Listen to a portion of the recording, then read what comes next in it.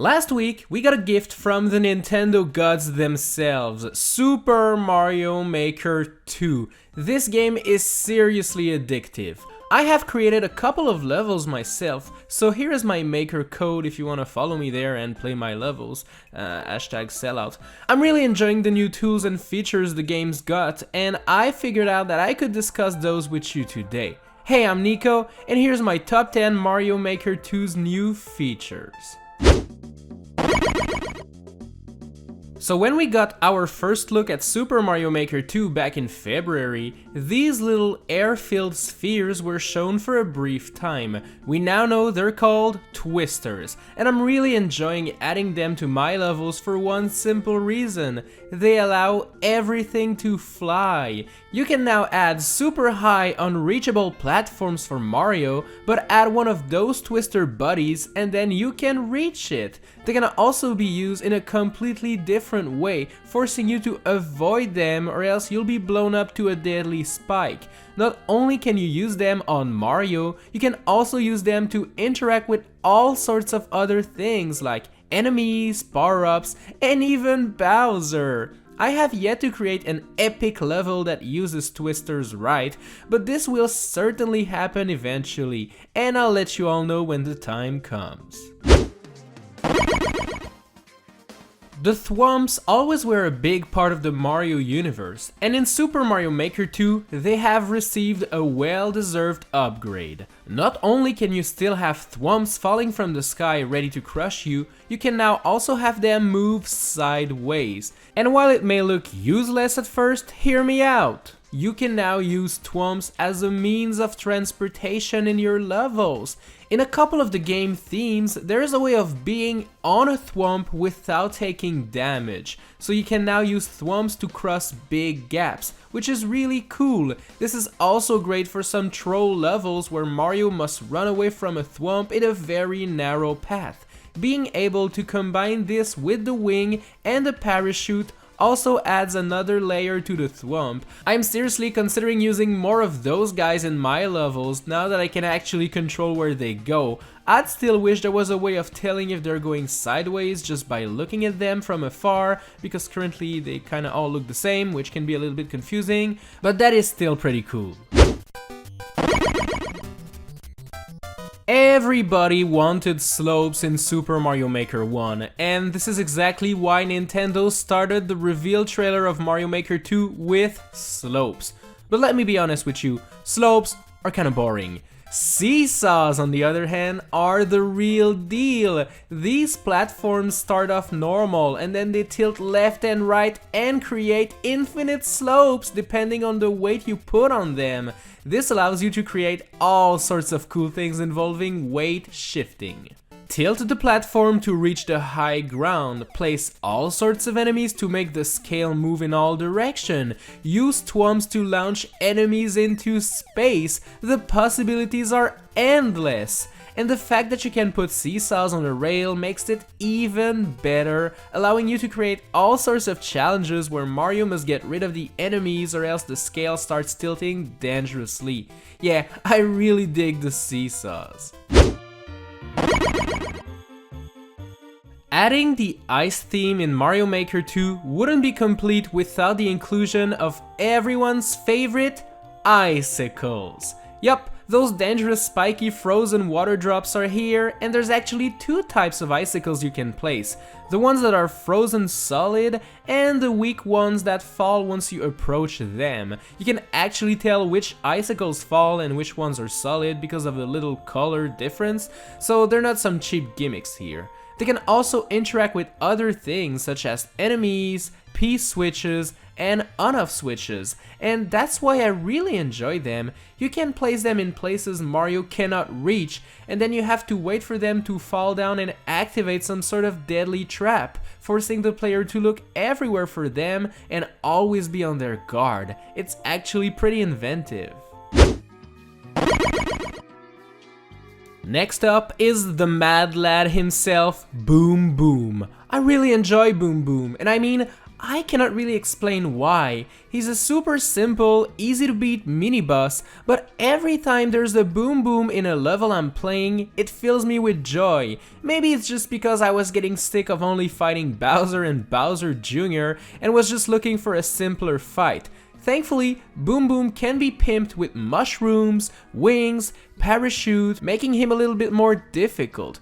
But just like the other bosses in Mario Maker, the true fun comes from adding him amongst other hazards like conveyor belts, seesaws, Koopa Clown carts, and all of the other cool things that Mario Maker 2 has in store. Guys, just keep putting some boom booms in your level, I really enjoy it. This next power-up is brand new to Super Mario Maker 2. The Dry Bone Shell. Who knew dry bones were actually good for something other than walking left and right? This new power-up is really sick because it allows Mario to float on lava and poison water. This is particularly amazing when you combine it with other awesome features. The lava/water level control. Yeah, you can now create some really spooky castle levels where lava rises fast and the only thing that saves you from a guaranteed death is that little single dry bone shell. I've seen a couple of levels where the lava rises and lowers and you gotta navigate in between all sorts of crazy hazards in your shell, and I really enjoy those. The shell also comes with a second ability where Mario turns into a broken pile of bones and becomes invisible for a moment. Combining this ability with undodgeable enemies is actually pretty creative and leads to some very interesting levels. Alright, I'm gonna admit, I am a fan of snake blocks. One of my favorite castles in Super Mario World was Castle number 5. And what's the gimmick? Snake blocks. One of my favorite levels in New Super Mario Bros. U is the tower in Soda Jungle. And what is this level about? Snake blocks. I really like the danger coming from those guys. You often feel safe in Mario levels, you know, having plenty of time to think about your next move, but snake blocks actually remove that feeling of safety. You must constantly be on the lookout for upcoming pits, enemies, while at the same time remain focused on the platform itself to avoid falling down. And being able to trace the path they take is the perfect way of adding this to Mario Maker. You can even use those snake blocks to create walls for Mario to wall jump on. Gone are the days of boring, generic, non-moving platforms. Snake blocks are actually the future. Oh, breaking news, you know what? Snake blocks are no longer the future. Platforms are actually lame, which is why the swinging claws is actually the real deal now. When I did my prediction videos, I asked for vines, you know, to make Mario swing from one place to another. But the claw is 10 times better. Not only can you use it to swing like I originally wanted, you can also use it to grab enemies, items, and you can even make a crane game out of it. What more do you need, really? Oh, you want it to move around? Well, use some rails! I played a very simple level the other day involving Mario jumping from claws to claws, and I had the time of my life just with this single basic idea. So you bet I love those things.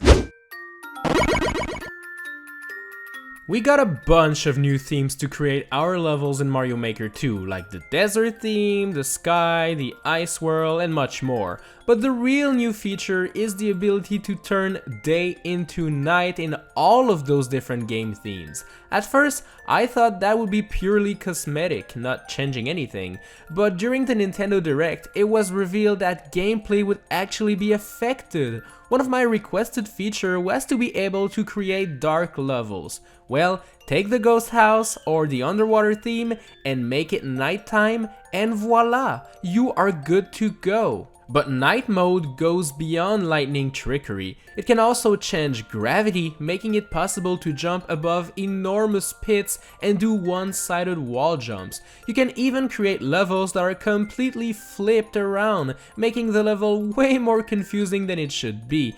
And that's just the tip of the iceberg, as you can have a level with both night and day layouts. This is a serious game changer and opens up the possibilities for so many different different level combinations.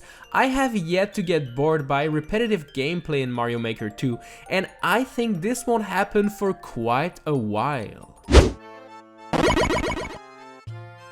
My favorite new feature in Super Mario Maker 2 has to be the big 50 coins. Oh boy, I love me some coins. I'm kidding, it's the on-off switches. This feature opens up so many possibilities, it's just insane. You can combine those with pretty much anything to create something new. You want a precise level where you must time your jumps? Well, add a shell that bounces on a switch and jump from blocks to blocks. You want a level where Mario shouldn't jump very high? Add some thwomps up there with some switches underneath, so if Mario jumps too high, he's toasted. You can also use thwomps to create a level where Mario must simply jump to switch the blocks. You can also place those blocks to create some epic speedrun levels where missing one block means you're getting completely destroyed. You can combine them with conveyor belts to change direction. You can combine them with the railings to create multiple paths. Seriously, I don't think I have created a single level that doesn't include on-off switches and blocks so far. They're the best new addition to the game in my opinion, and it is simply because they basically can interact with everything that already exists. They're literally everything I need to make my levels interesting, and that's why they're my #1 best feature. Thanks a lot for watching this video, guys. Don't forget to subscribe to my channel for more videos, and I'm also getting back into the live streaming game, so hit that bell to be notified of when I stream next. I'll be playing your Mario Maker 2 levels live while you watch me, so trust me, you don't want to miss this. Alright guys, I'll see you in the next one.